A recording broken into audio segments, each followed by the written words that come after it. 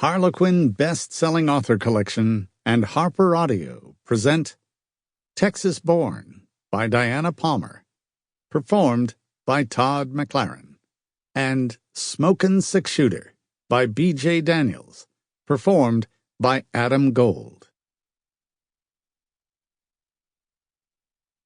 Smokin' Six-Shooter. Chapter 1. Michelle Godrey felt the dust of the unpaved road all over her jeans. She couldn't really see her pants. Her eyes were full of hot tears. It was just one more argument, one more heartache. Her stepmother, Roberta, was determined to sell off everything her father had owned. He'd only been dead for 3 weeks. Roberta had wanted to bury him in a plain pine box with no flowers, not even a church service. Michelle had dared her stepmother's hot temper and appealed to the funeral director. The kindly man, a friend of her father's, had pointed out to Roberta that Comanche Wells, Texas, was a very small community. It would not sit well with the locals if Roberta, whom most considered an outsider, was disrespectful of the late Alan Godfrey's wishes that he be buried in the Methodist Church cemetery beside his first wife. The funeral director was soft-spoken, but eloquent. He also pointed out that the money Roberta would save with her so-called economy plans would be a very small amount compared to the outrage she would provoke. If she planned to continue living in Jacobs County, many doors would close to her. Roberta was irritated at the comment, but she had a shrewd mind. It wouldn't do to make people mad when she had many things to dispose of on the local market, including some cattle that had belonged to her late husband. She gave in with ill grace and left the arrangements to Michelle. But she got even. After the funeral, she gathered up Alan's personal items while Michelle was at school and sent them all to the landfill, including his clothes and any jewelry that wasn't marketable.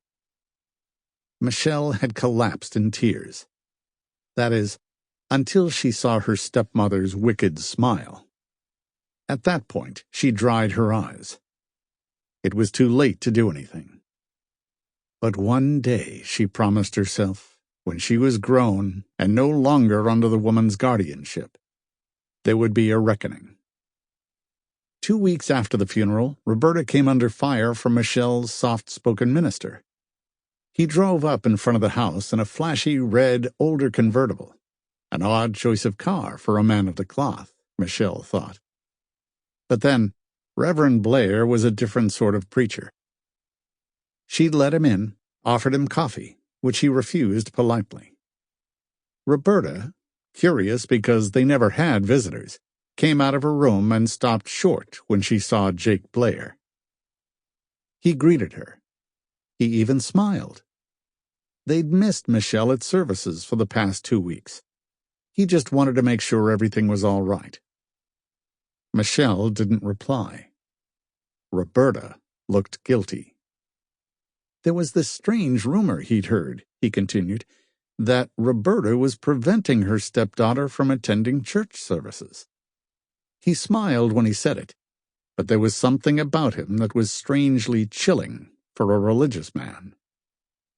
His eyes, ice blue, had a look that Roberta recognized from her own youth, spent following her father around the casinos in Las Vegas, where he made his living.